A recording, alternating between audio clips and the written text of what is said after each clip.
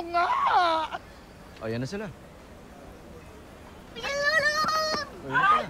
Naku, nakabalik na at lalaking kasing sarap ng aking mga ulam. Ang pinakbet, pinakabet ng sangkabaklaan. Uy, babae. At kababaihan. Naku, isigaw natin ang kanyang panghalan. Lolo! Lolo! Long, buti naman nakabalik ka na. Alam mo, umay na ako sa mga pangit na mga tao dito sa tumahan. Mare! Maraming salamat, Aling Auring. Huwag kang mag-alala. Pagkakalat ko ulit ang aking kagwapuhan dito sa tumahan.